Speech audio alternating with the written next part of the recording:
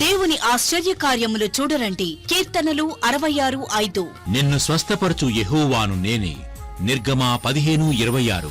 దేవుడు ఎం దేవదాసు అయ్యగారికి బయలుపరిచిన Bible machine స్వస్థతశాల కార్యక్రమం ప్రతి శుక్రవారం ఉదయం 8 గంటల నుండి సాయంత్రం 3 గంటల వరకు గణపవరం గ్రామంలో డిగ్రీ కాలేజ్ ఎదుట ఉన్న బైబిల్ మిషన్ మందిరంలో స్వస్థత ప్రార్థనలు చేయబడుచున్నవి. ఈ ప్రార్థనల ద్వారా వేలాది రోగులు బాగుపడుచున్నారు. సంతానము లేని వారికి సంతానము కలుగుచున్నది. భూతముల చేత పీడించబడుచున్న వారికి భూత నివారణ కలుగుచున్నది. క్యాన్సర్, పక్షవాతం, క్షయ, ఉబ్బసం, కుష్టు, బీపీ, షుగర్, కడుపు నొప్పి, పోలియో, మెదడువాపు మొదలగు రోగములతో బాధపడుతున్న రోగులు స్వస్థత పొందుతున్నారు. గ్రుడ్డివారు చూపు పొందుచున్నారు. కుంటివారు నడుచుచున్నారు. చెవిటివారు వినుచున్నారు. స్త్రీలకు కలిగిన ప్రత్యేక వ్యాధులను దేవుడు బాగుచేయుచున్నారు. విశ్వాసము ఉంచుట మీ పని, ప్రార్థించుట మా పని, స్వస్థపరచుట దేవుని పని. అందరినీ హృదయపూర్వకంగా ఆహ్వానించుచున్నాం. ఈ రోజు నీ జీవితంలో నువ్వు ఎదగాలి అని నీకు ఆశ ఉంటే, నేను పైకి రావాలని ఆశ ఉంటే, నీ శత్రువులు ఎవరు సమర్పించే.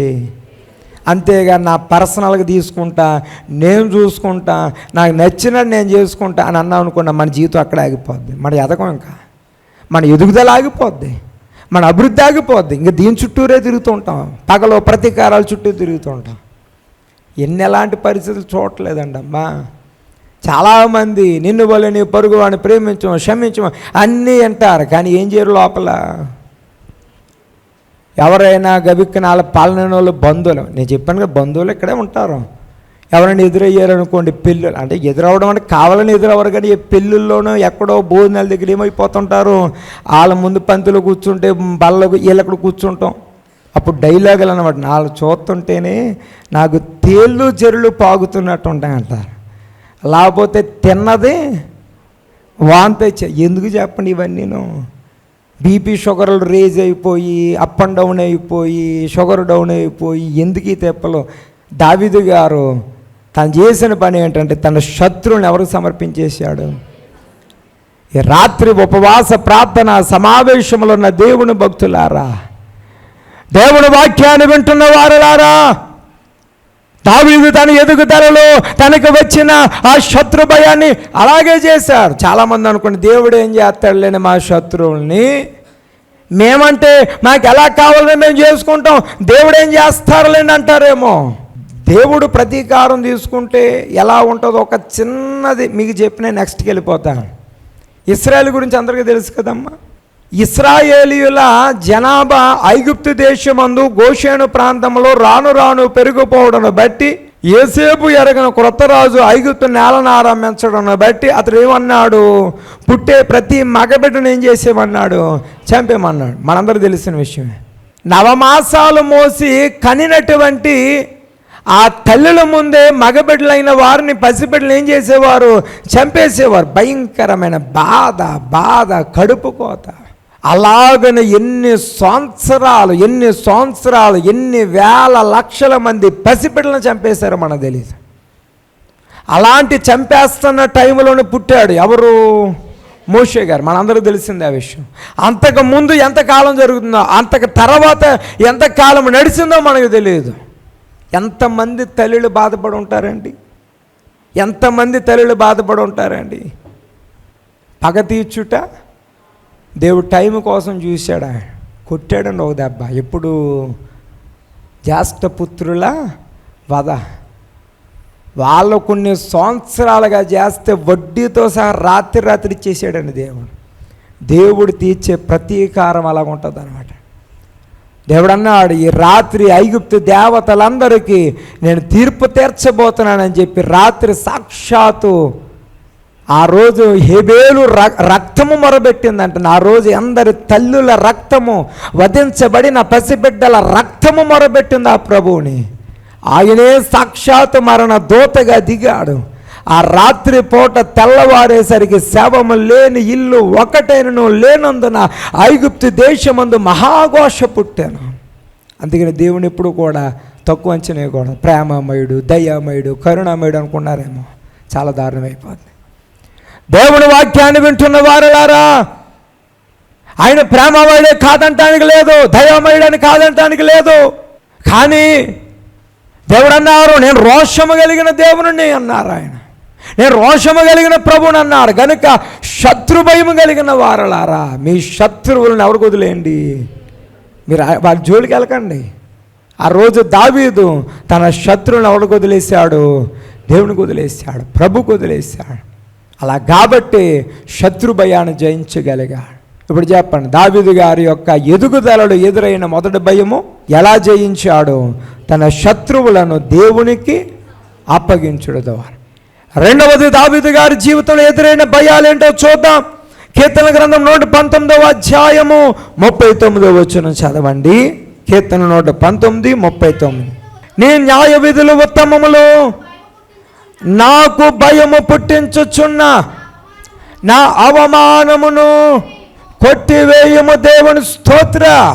వాక్యాన్ని వింటున్న వారలారా, నీ న్యాయ విధులు ఉత్తమములు, నాకు భయము పుట్టించుచున్న నా అవమానమును కొట్టివేయము. రెండవ భయము ఏమిటి చెప్పండి అమ్మ? ఇప్పుడు అవమాన భయము. ఏ భయం అండి? మొదటిది. రెండు, దావీదు గారి జీవితంలో అతని ఎదుగుదలలో ఎక్కడి నుండి గొర్రెల కాపరు, ఎక్కడి వరకు? మహారాజు వరకు. ఎదిగే క్రమంలో అతనికి ఎదురైన భయాలలో రెండవ భయం ఏమిటి? మీరు అనొచ్చు, రాజుగారికి అవమాన భయం ఏంటండి? ఆయన మహారాజు కదా. అవును, రాజు అయిన తర్వాత అవమాన భయం కాదండి, అతని యొక్క ఎదుగుదలలో. గమనిద్దాం, ఎదిగేటప్పుడు ఎన్నో అవమానాలు ఉంటాయి, ఎదిగిన తర్వాత ఏముండవు. కానీ ఎదిగే క్రమంలో, ఒక మనిషి ఎదిగే క్రమంలో, ఒక మనిషి దీవించే క్రమంలో, దీవించబడే క్రమంలో ఎన్నో అవమానములు ఎదుర్కొనవలసి వస్తుంది. దావీదు గారి జీవితంలో కూడా, అతని జీవితంలో ఎన్నో అవమానాలు అతను ఎదుర్కొన్నాడు. ఎన్ని అవమానాలు ఎదుర్కొన్నా ఏం చేశాడో, ఆ అవమానముల్లో ఎలాగూ జయించాడో ఈ అవమాన భయాన్ని. దావీదు గారి జీవితంలో ఎదురైన అవమానాలు చాలానండి. ఎవరి జీవితంలో? నాకు బాగా దావీదు గారి జీవితంలోనే అవమానము అంటే గొల్యాతును చంపే విషయమే.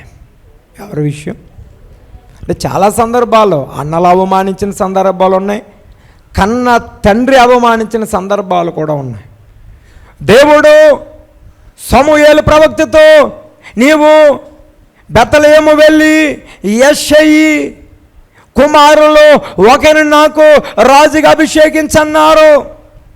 ఈ సమూయేలు బయలుదేరి బెత్లెహేము వెళ్ళాడు. దావీదు గారు సొంత ఊరే ఊరు, దావీదు యేసుప్రభు వారు పుట్టినూరు దావీదు గారిది. దేవదూత ఏమనంది? దావీదు పట్నం అందు. ఎక్కడండి అమ్మ? దావీదు పట్నం అందు బెత్లెహేములో యేసుప్రభు వారు పుట్టిన అదే బెత్లెహేము ఊరిలో కొన్ని వందల సంవత్సరాల క్రితం ఆ ఊళ్ళో ఎవరు పుట్టారు? దావీదు పుట్టాడు. దావీదు సొంత ఊరు అది. అందుకనే దావీదు పట్నమందు నేడు రక్షకుడు మీ కొరకు పుట్టాడు. ఆ రోజు సమూయేలు బెత్లెహేము వెళ్ళాడు, యెష్షయిని కలిశాడు. కలిసి నీ కుమారులు ఒక కుమారుని దేవుడు రాజుగా చేయబోతున్నాడు అంటే సంబరపడు. ఎవరికి ఉండదండి ఆనందం? నీ కొడుకులో ఒక కొడుకుని రాజుగా చేస్తున్నాడంటే. అందరినీ రెడీగా తీసుకొచ్చేసి మంచి బట్టలే తీసుకొచ్చేసాడు. ఎంతమందిని తీసుకొచ్చాడు? అసలు ఎంతమంది కొడుకులు? 8 తెచ్చింది ఎంతమందిని?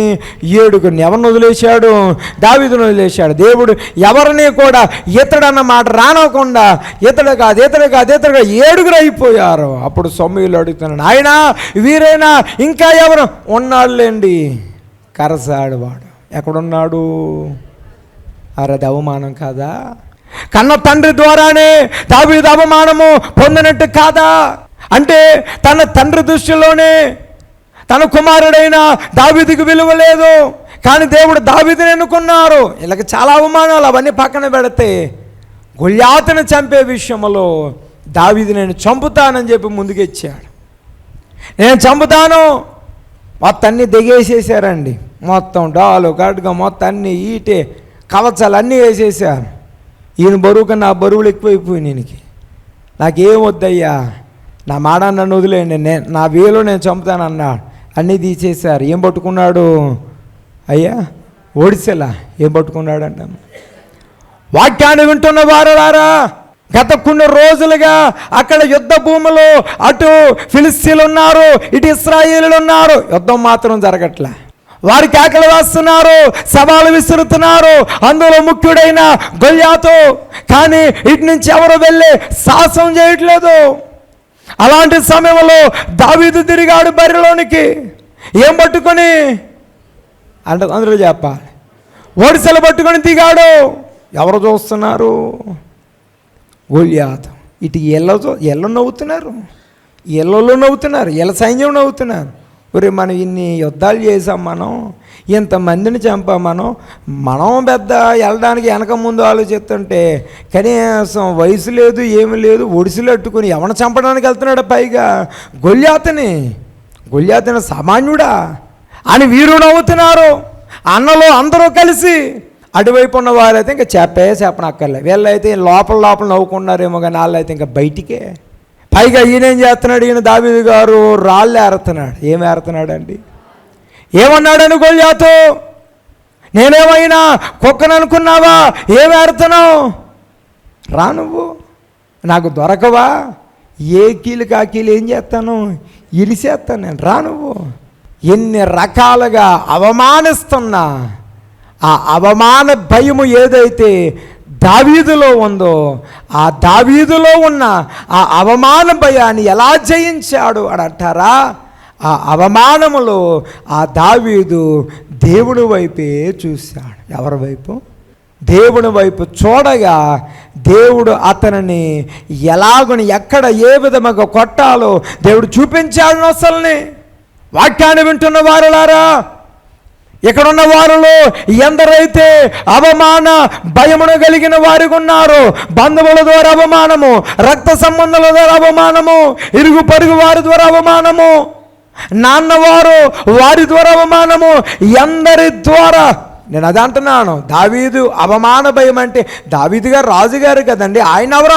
అవును, రాజు అయినప్పుడు ఎవరు అవమానించిన వారు కాదు. లోకంలో మాట ఉంటుంది, రాజు తలుచుకుంటే ఇంకెవరు అవమానిస్తారండి.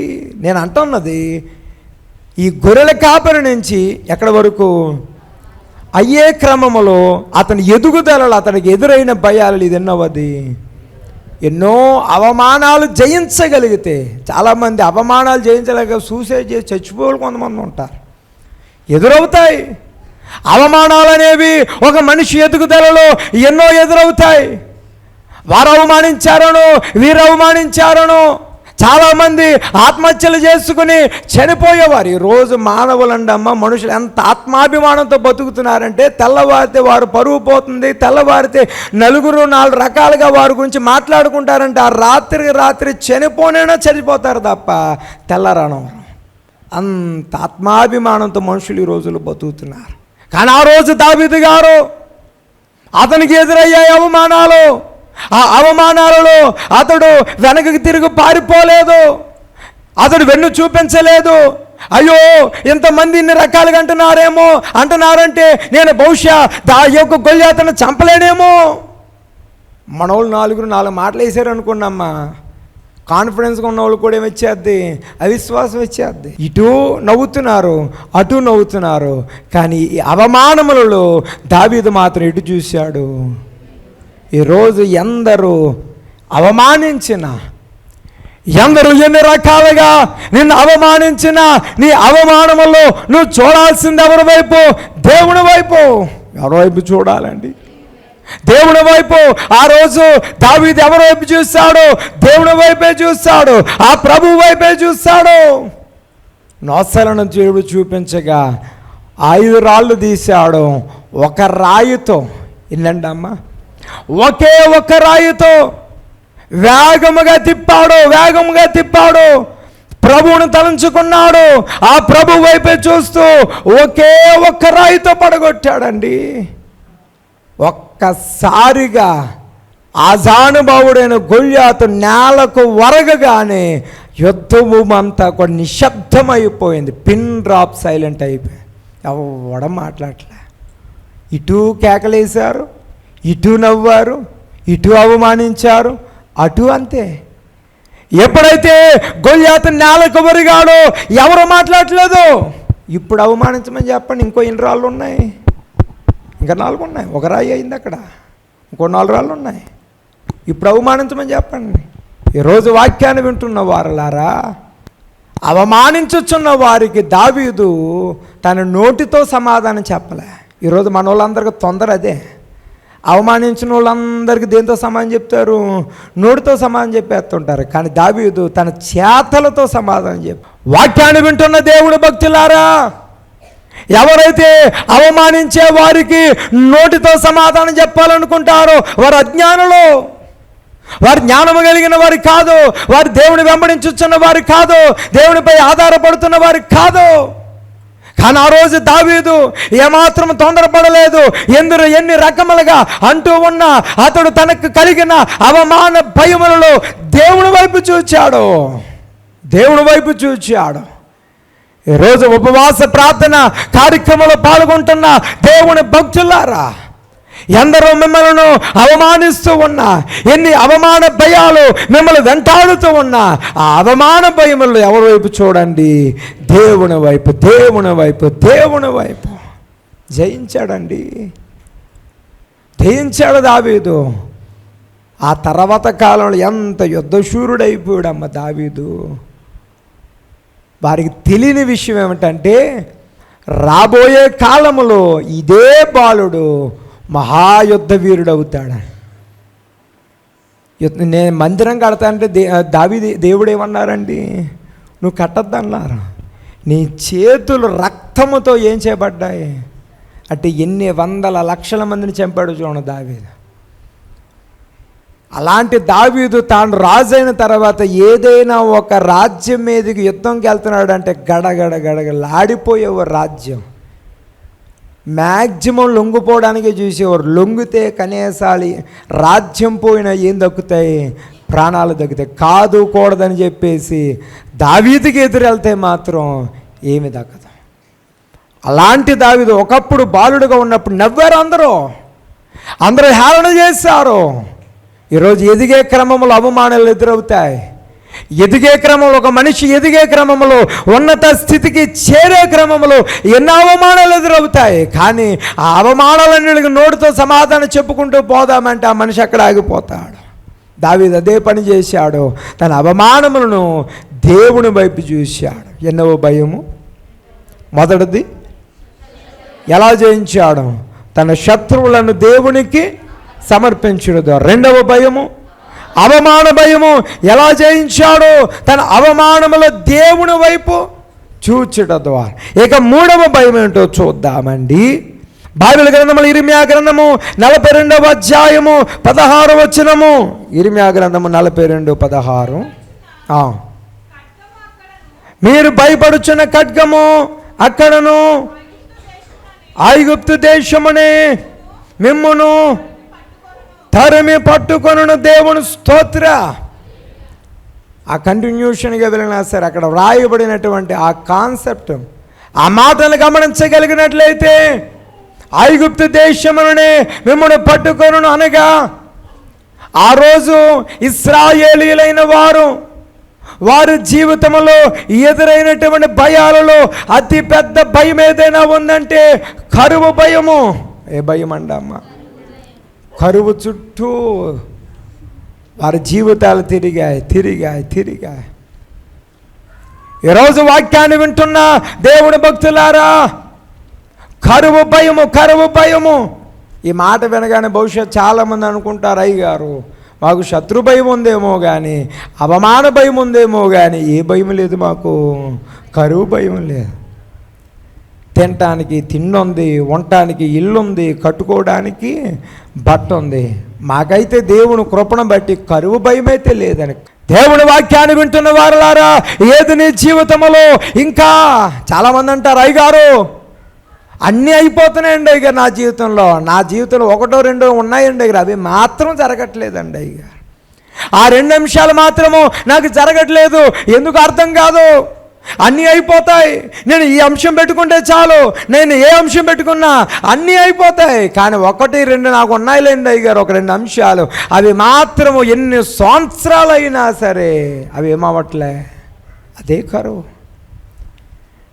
ఏది నిన్ను సంవత్సరాలుగా వెంటాడుతున్న అంశాలు, జరగని కార్యాలు, జరగని పనులు ఉన్నాయో అవే కరువు నీ జీవితానికి. దేవుని వాక్యాన్ని వింటున్న దేవుని భక్తులారా, దేవుని విశ్వాసులారా గమనించండి. దావీదు గారి యొక్క జీవితంలో, అతని యొక్క బ్రతుకులో మహామహుడైనటువంటి సౌలు గారి చేతిలో మరణ భయముతో, మరణమనే స్థితిలో, ప్రాణము లేనటువంటి ఇంకెంతకాలం బతుకుతాననేటువంటి ఒక కరువులో, నిజంగానండి చాలా పెద్ద చరిత్ర.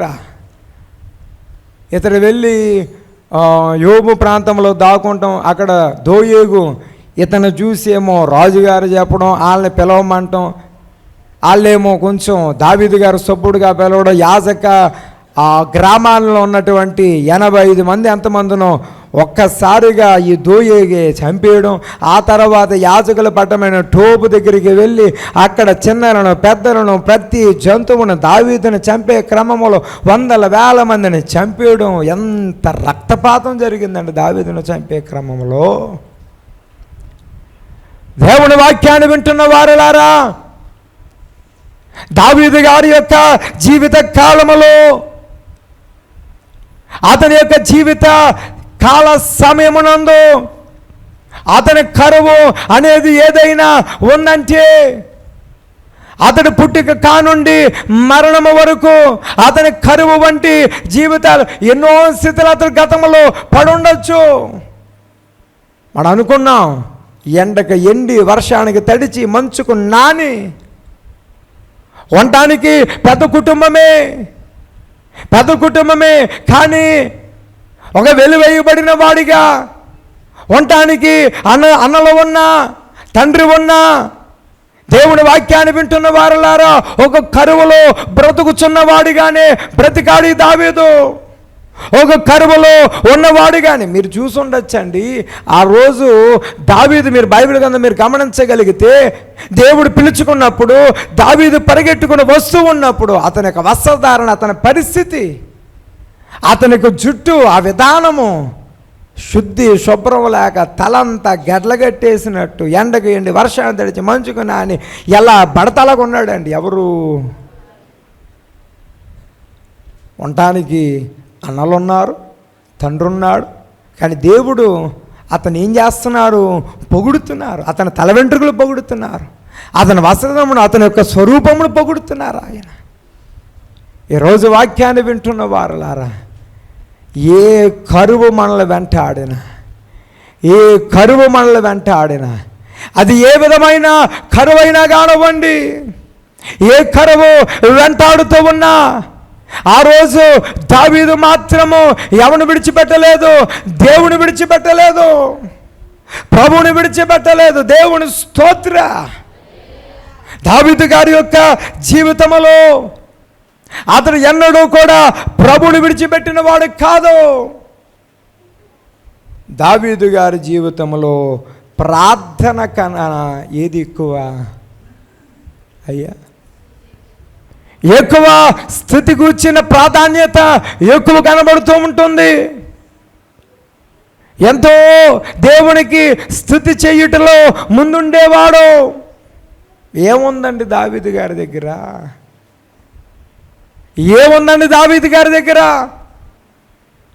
గొర్రెలు కాచుకునే ఆ దావీదు దగ్గర తంబుర సితార తప్ప ఏముంది? ఈరోజు మనుషులకున్న, అందరికున్న ఆలోచన ఏదో ఉంటే ఏం చేస్తాను, నేను దేవునికి స్తుతిచేస్తా. ఏదో ఉంటే ఏదో వస్తే, ఏదో ఇస్తే. కానీ దావీదు గారు తన దగ్గర ఉన్నదాన్ని గూర్చి, తన స్థితిలోనే, తన కరువులోనే దేవునికి ఏం చెల్లించాడు? స్తుతి. దేవుని వాక్యాన్ని వింటున్న వారులారా, ఆ కరువు స్థితిని దేవుడు తీశాడు. ఆ కరువు స్థితి నుండి దేవుడు తప్పించాడు. దేవుని స్తోత్ర. కనుక ఆ కరువు భయమును దావీదు ఎలాగున జయించాడు, కరువు భయమును ఎలాగున అధిగమించాడు అనగా, ఆ తన జీవితంలో ఎదురైన తన కరువులలో దేవునిని విడిచిపెట్టకుండుట ద్వారా, దేవుని స్తోత్ర, తన కరువులో ఎవరిని విడిచిపెట్టుకున్నట్టు ద్వారా మనతో వచ్చిన బాధ ఏంటో తెలుసండి. దేవుడు సమృద్ధికి ఇచ్చేశారనుకోండి అమ్మా, అన్నీ ఇచ్చేశారు కానీ చెప్పి వదిలేసేవాళ్ళు కొంతమంది. ఏమీ అవ్వలేదు అనుకోండి అమ్మా, ఏమీ అవ్వలేదని వదిలేసేవాళ్ళు. అంటే మనకి ఏం చేసినా ప్రమాదమే, అంతా ఇచ్చేసినా ప్రమాదమే. ఏమి ఇవ్వకపోయినా ఎత్తే ఇచ్చేసారని వదిలేస్తారు. ఇవ్వకపోతే దేవుని వాక్యాన్ని వింటున్న వారులారా, దేవునికండి నేను అంటాను, మన మీద ఒక నమ్మకం. యేసుప్రభు వారిని సంవత్సరాలు గడిచే కొద్దీ ఆయన నమ్ముకునేవారు పెరుగుతున్నారా తరుగుతున్నారా? అయ్యా, ఇప్పుడు గ్రామంలో ఒక వ్యక్తి ఉన్నాడు. ఆ వ్యక్తిని నమ్ముకునేవారు నానాటికి పెరుగుతున్నారు. ఒక పెద్ద వ్యక్తి, అతనికి ఎవరు వచ్చినా వారికి సహాయం చేయడం లేదనకుండా కాదనకుండా వారి పక్షంగా నిలబడతా వస్తూ ఉన్నాడు. అతను నమ్ముకునేవారు నానాటికి పెరుగుతున్నారంటే దానికి అర్థం అతడు ప్రజలు తన మీద పెట్టుకున్న నమ్మకాన్ని ఏం చేసుకుంటున్నట్టు కాపాడుకున్నాడు. ఎప్పుడైతే అతని నమ్మకాన్ని కాపాడుకోలేదో ఆ నమ్ముకుంటున్న ప్రజలు ఏమైపోతారు? ఈరోజు నానాటికి సంవత్సరాలు గడిచే కొద్దీ యేసుప్రభువుని వారిని నమ్ముకునే వారు పెరుగుతున్నారా తరుగుతున్నారంటే ఏమవుతున్నారు? పెరుగుతున్నారంటే దేవుడు ప్రజలు ఆయన మీద పెట్టుకున్న నమ్మకాన్ని ఆయన ఏం చేసుకుంటున్నారు? నిలబెట్టుకున్నడం ద్వారా ఆయన నమ్ముకునేవారు నానాటికి ఏమైపోతున్నారు? పెరిగిపోతూ వస్తున్నారు. సకలాశీర్వాదములకు కారణభూతుడైన దేవానికి వందనాలు, ప్రభువానికి స్తోత్రములు. నాయనా, నీ మాటల ద్వారా నీ వాక్యము ద్వారా మీరు మాతో మాట్లాడారు నాయన. దావీదు గారి యొక్క జీవితంలో అతడు ఎదురైన భయాలు, అతడు ఎదుర్కొన్న భయాలు సామాన్యమైనవి కావు నాయన. కానీ అతడు ఎదురైన తన ఎదుగుదలలో గొర్రెల కాపరి నుంచి మహారాజు వరకు ఎదుగుదలలు ప్రతి భయాన్ని ఎలా జయించాడో, ఏ విధంగా జయించాడో మీరు మాతో మాట్లాడారు, మీరు మాతో చెప్పారు. కనుక తండ్రి, మేమును ఈ ఉపవాస ప్రార్థన కూటములు మా భయములు ఏమైనా ఒక ధైర్యముతో నిలబడగలిగి నీ కృప, భాగ్యము, ధన్యత మీరు మా ఎల్లరికి దయచేయమని, నీ మేలులతో అలంకరింపచేయమని, దీవెనాశీర్వాదములు సమృద్ధిగా ప్రసాదించమని దేవా, నేటి దినమునందు వెత్తబడినటువంటి ఈ యొక్క వాక్యము నీ బిడ్డల జీవితంలో ఫలింపును అనుగ్రహించి నడిపించి మహిమను పొందమని యేసు నామమున మిక్కిలి వినముతో బతిమలాడు వేడుకొనుచున్న పరమ తండ్రి, ఆమేన్. మరణాత.